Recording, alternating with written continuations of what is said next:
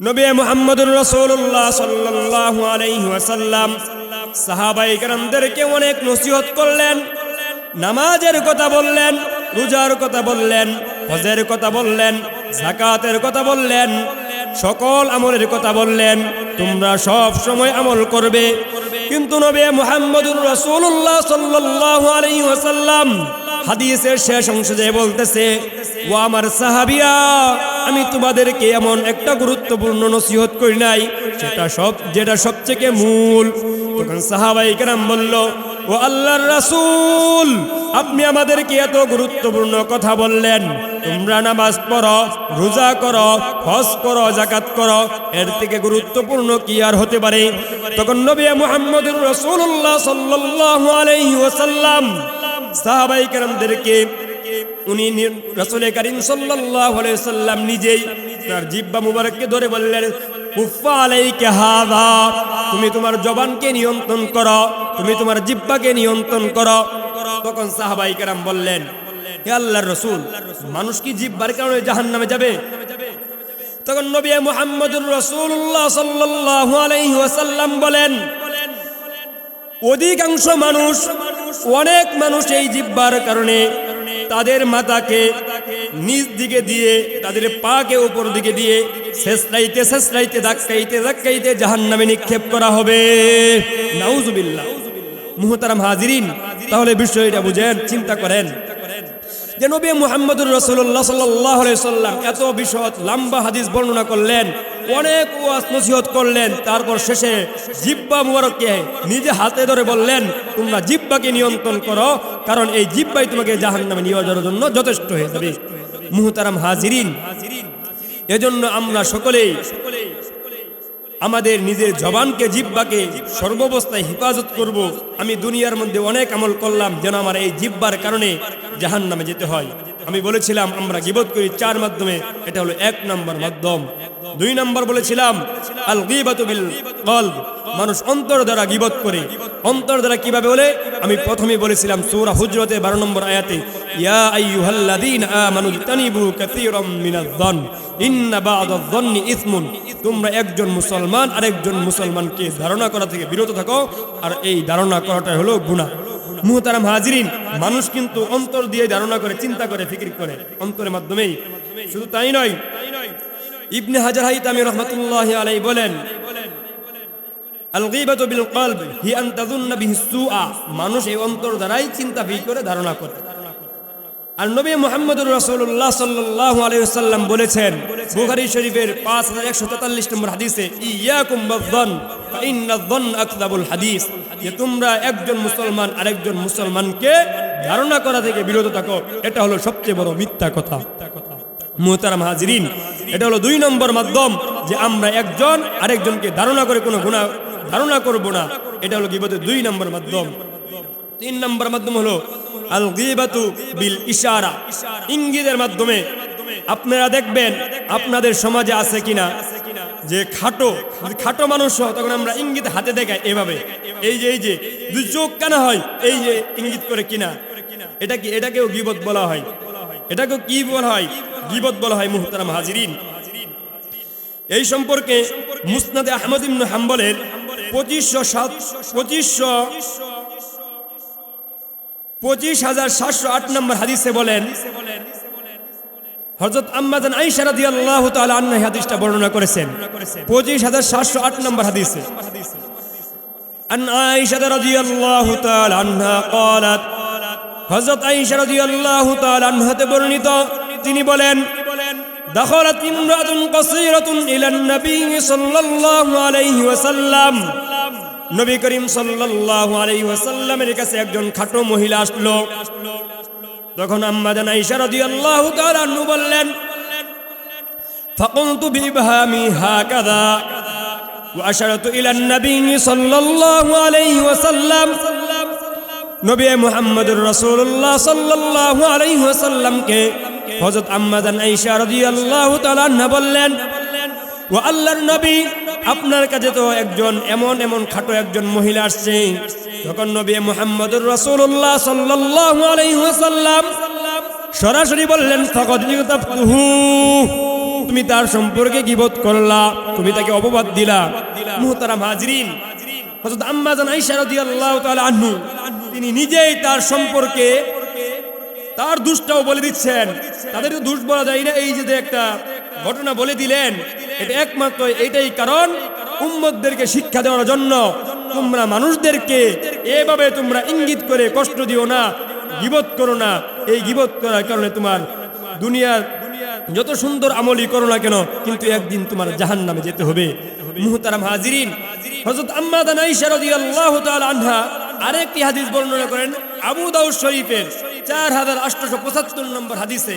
হযরত আম্মা জান আয়েশা রাদিয়াল্লাহু তাআলা আনহা নিজেই বর্ণনা করেন 4875 নম্বর হাদিসে, আন আয়েশা রাদিয়াল্লাহু তাআলা আনহা قالت, হযরত আম্মা জান আয়েশা রাদিয়াল্লাহু তাআলা আনহা হতে বর্ণিত, তিনি বলেন, قال رسول الله صلى الله عليه وسلم, রাসূল করিম সাল্লাল্লাহু আলাইহি ওয়াসাল্লাম বলেন, حسبك من صفية كذا وكذا تاني قصيرة, فقال لقد قلت كلمة لو مزجت بماء البحر لمزجته. নবী মুহাম্মদ রাসূলুল্লাহ সাল্লাল্লাহু আলাইহি ওয়াসাল্লাম হযরত আম্মা জান আয়েশা রাদিয়াল্লাহু তাআলা আনহু নবী করিম সাল্লাল্লাহু আলাইহি ওয়াসাল্লামকে বললেন, ওগো আল্লাহর নবী, হযরত আম্মা জান সাফিয়া রাদিয়াল্লাহু তাআলা আনহু এমন এমন, অর্থাৎ তিনি হযরত আম্মা জান আয়েশা রাদিয়াল্লাহু তাআলা আনহু একটু খাটো, অর্থাৎ তিনি খাটো মহিলা। তারপর নবী মুহাম্মদুর রাসূলুল্লাহ সাল্লাল্লাহু আলাইহি ওয়াসাল্লাম বললেন, লাকাদ কুলতি কালিমাতান, তুমি এমন একটি কথা বলেছো, তুমি এমন একটি বাক্য বলেছো, লাকাদ কুলতি কালিমাতান লাউ মুজিজাত বিমাইল বাহরি, যদি সমুদ্রের পানির সঙ্গে মিশ্রণ করা হয়, লামাজাজাতহু, তাহলে সমুদ্রের পানির রং পরিবর্তন হয়ে যাবে।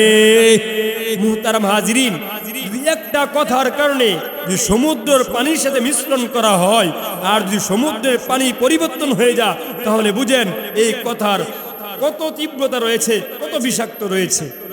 মুহতারাম হাজিরিন, এই জন্য আমরা কেউ কাউকে কোনোভাবেই গীবত করব না। যদিও আমাদের মনে হয় এটা তো স্বাভাবিক বিষয়, ছোট্ট একটা বিষয়, কিন্তু এটা হারাম। জিনা যেরকম হারাম, সুদ যেমন হারাম, ঠিক এই গীবতটাও হারাম। আল গীবাতু আশাদ্দু মিনাজ জিনা, আল্লাহ রাব্বুল আলামিন বলেন, জিনার চেয়েও ভয়ঙ্কর হলো গীবত। মুহতারাম হাজিরিন, তাহলে আমরা ইঙ্গিতের মাধ্যমে কাউকে কোনো সময় গীবত করব না। 4 নম্বর বলেছিলাম আল গীবাতু বিল কিতাবা, আমরা লিখনির মাধ্যমে গীবত করি। মুহতারাম হাজিরিন, মানুষ, ইমাম গাজালি রাহমাতুল্লাহ আলাইহি বলেন, ফাইন আল গীবাতু বিল কিতাবা ফাইনাল কলামা হাদুল লিসানাইন, মানুষের ভাষা হলো দুটি, তার মধ্যে একটি হলো জবান আর একটি হলো কলম। এই দুই ভাষার যে কোনো এক ভাষায় মানুষ গীবত করে। মুহতারাম হাজিরিন, আপনি যারা ফেসবুক চালান তারা লক্ষ্য করবেন, আমি আজকে সকালে একটা ফেসবুকে অ্যাড ছেড়ে দিলাম, সংবাদ ছেড়ে দিলাম যে আজকে আমাদের বাংলাদেশের একজন ধরেন প্রখ্যাত আলেমী খতিবে বাংলার আল্লামা জুনাইদ আল হাবিব, উনি ইন্তেকাল করেছেন। কথাটা মিথ্যা। এই যে আপনি এটা কিভাবে করলেন, কলমের মাধ্যমে বললেন, লিখে ছেড়ে দিলেন, এটাও কেউ বলতেছে নবী মুহাম্মদুর রাসূলুল্লাহ সাল্লাল্লাহু আলাইহি ওয়াসাল্লাম, এটাও গীবত। আমরা কোনোভাবেই মুখে বললে যেটা গীবত, সেটা কলমে লিখলেও গীবত। এজন্য আমরা সকলে আল্লাহ রাব্বুল আলামিনের কাছে দোয়া করব, আল্লাহ রাব্বুল আলামিন যেন আমাদেরকে দুনিয়াতে নামাজ, আল্লাহ রাব্বুল আলামিনের যে সমস্ত বিধি বিধান আহকাম রয়েছে সেগুলো পালন করার সাথে সাথে যেন আমরা এই গীবত নামক ভয়ঙ্কর গুনাহ থেকে বাঁচতে পারি। এই 4 মাধ্যমে আমরা গীবত করি, এই গীবত করা থেকে যেন বাঁচতে পারি, এই তৌফিক আল্লাহ রাব্বুল আলামিন আমাদের সকলকে দান করুন, আমিন। মুহতারাম হাজিরিন, আর আমরা গীবত করি, আর এই গীবতটা আমরা করি 5 ধরনের আমরা গীবত করি। মুহতারাম হাজিরিন, 1 নম্বর, এটি দ্রুত বলে চলে যাব। 1 নম্বর বলি শারীরিক গীবত। এটা বললাম যে আমরা কানাকে বলি, যদি কানা সেও কষ্ট পায়, এটাকে বলা হয় শারীরিক গীবত। 2 নম্বর গীবত বলা হয় চারিত্রিক গীবত, অর্থাৎ আপনি বললেন যে আপনি একটা লোকের দেখছেন যে একজন লোক 3 জন মহিলা নিয়ে হাঁটাচলা করতেছে, আপনি বুঝলেন যে বুঝতে পারছি সে কেমন, হয়তোবা হইতে পারে ওই 3 জন মহিলা, একজন তার স্ত্রী, 2 জন তার মেয়ে, কিন্তু আপনি ধারণা করে বসলেন এটাকে বলা হয় চারিত্রিক গীবত। মুহতারাম হাজিরিন, 3 নাম্বার গীবত হয় বংশীয় গীবত। যদি একটা লোক দেখে, হ্যাঁ জানি চুর বংশের লোক, অমুক বংশের লোক, এটাকে গীবত বলা হয়। এইভাবে আমরা গীবত করে থাকি, এটাও করা যাবে না। 4 নম্বর পোশাক পরিচ্ছদের গীবত, অর্থাৎ আপনি বিবাহ শাদী করবেন, আপনি আপনার বন্ধুকে দাওয়াত দিয়েছেন, আপনি জানেন আপনার বন্ধু দরিদ্র মানুষ বা অসহায় মানুষ, আপনার বন্ধুর ওইরকম কোনো নেই যে তিনি তার আমল অনুযায়ী, তার সম্মান অনুযায়ী, তার ধনী অনুযায়ী সে তার পোশাক পরিধান করে আসতে পারে নাই, তখন আপনি বললেন কি পরে আসছো, এটাও বলা যাবে না। এটাকে বলা হয় পোশাক পরিচ্ছদের গীবত। আরেকটা বলা হয় যে আপনার পরোক্ষ গীবত, মানে ইশারায় আপনি একজনকে বললেন অমুক, আপনি মুখে ইশারা দিলেন হ্যাঁ বুঝছি, আমি বললাম বুঝছি, এটাকে পরোক্ষ গীবত। আমরা এই সমস্ত গীবত থেকে বাঁচবো। মুহতারাম হাজিরিন, সময় সংক্ষিপ্ত, গীবতের কিন্তু শাস্তি, যে একটা শাস্তির কথা বলেই আমি আমার আলোচনাকে শেষ করে দেব। মুহতারাম হাজিরিন, আমি সর্বপ্রথম একটি হাদিস পাঠ করেছিলাম। এই হাদিসটা আবু দাউদ শরীফের 4880 নম্বর হাদিস। এই হাদিসে বলেছেন, আন আবি বারযাতা রাদিয়াল্লাহু তাআলা আনহু قال, হযরত আবু বারযাতা রাদিয়াল্লাহু তাআলা আনহু হতে বর্ণিত, তিনি বলেন, قال رسول الله صلى الله عليه وسلم, রাসূল করিম সাল্লাল্লাহু আলাইহি ওয়াসাল্লাম বলেন, ইয়া মাশারা মান আমানা বিলিসানি ওয়া লাম ইয়াদখুলিল ঈমানু কলবা লা তাগদাবুল মুসলিমিন ওয়া লা তাত্তাবিউ আওরাতিহিম فإنه من يتبع الله أوراتهم يتبع الله أورته ومن يفسح في بيته. মুহতারাম হাজিরিন, আল্লাহ রাব্বুল আলামিন বলতেছেন যে তোমরা মুখে ঈমান এনেছো, তোমাদের অন্তরে ঈমান প্রবেশ করে নাই। তোমরা দুনিয়ার মধ্যে কোনো মুসলমানের দোষ তালাশ করো না। যদি তোমরা দুনিয়াতে কোনো মানুষের দোষ তালাশ করো, তাহলে আল্লাহ রাব্বুল আলামিন নিজে স্বয়ং তোমাদের দোষ তালাশ করবে। আর তুমি যদি দুনিয়ার কারো দোষ তালাশ করো, তুমি পাইতেও পারো নাও পাইতে পারো, কিন্তু আল্লাহ রাব্বুল আলামিন যদি আমার দোষ তালাশ করে, আল্লাহ রাব্বুল আলামিন তোমাকে তোমার ঘরে হলেও সেই দোষ দিয়ে আক্রান্ত করে মৃত্যুর আগে সেই দোষে আক্রান্তিত করবেন। মুহতারাম হাজিরিন, এজন্য আমরা সকলেই কেউ কারো গীবত করব না, দোষ তালাশ করব না। মুহতারাম হাজিরিন, বুখারী আরেকটি riwayat এসেছে, হযরত নবী করিম সাল্লাল্লাহু আলাইহি ওয়াসাল্লামের জামানায় 2 জন মহিলা রোজা রেখেছে।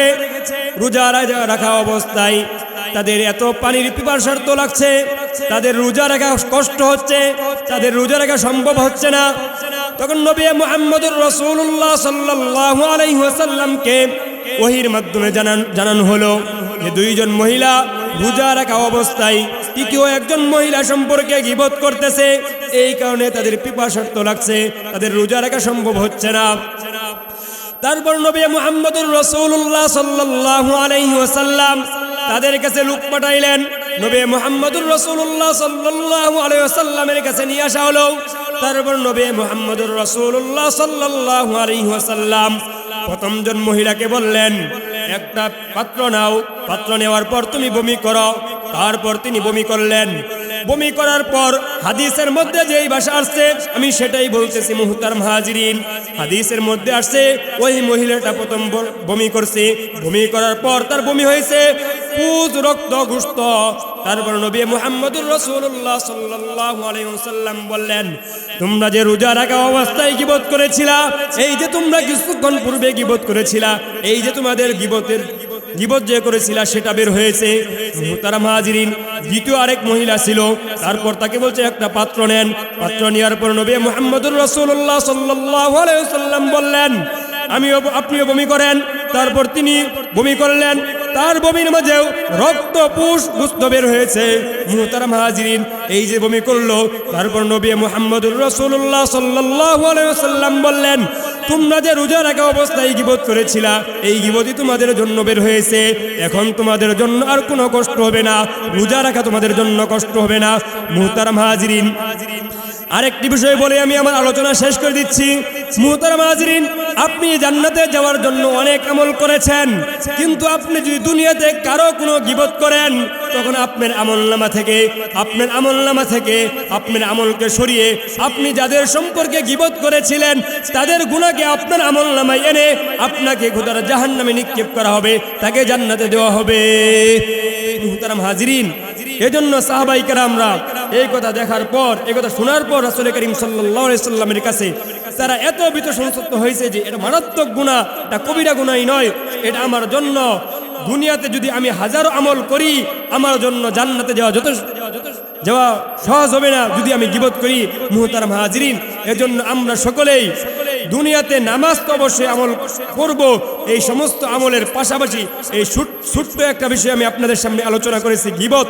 এই গীবত থেকে বাঁচার জন্য আল্লাহ রাব্বুল আলামিন যেন সর্বপ্রথম আমাকে বাঁচার তৌফিক দান করেন, এবং সাথে সাথে এই মহল্লা এবং এই স্টেজে এবং এই মঞ্চে যারা আমার সামনে উপবিষ্ট রয়েছে, আল্লাহ রাব্বুল আলামিন যেন এই গীবত নামক ভয়াবহ গুনাহ থেকে আল্লাহ রাব্বুল আলামিন আমাদের সকলকে হেফাজত করেন। সকলে বলি আল্লাহুম্মা আমিন।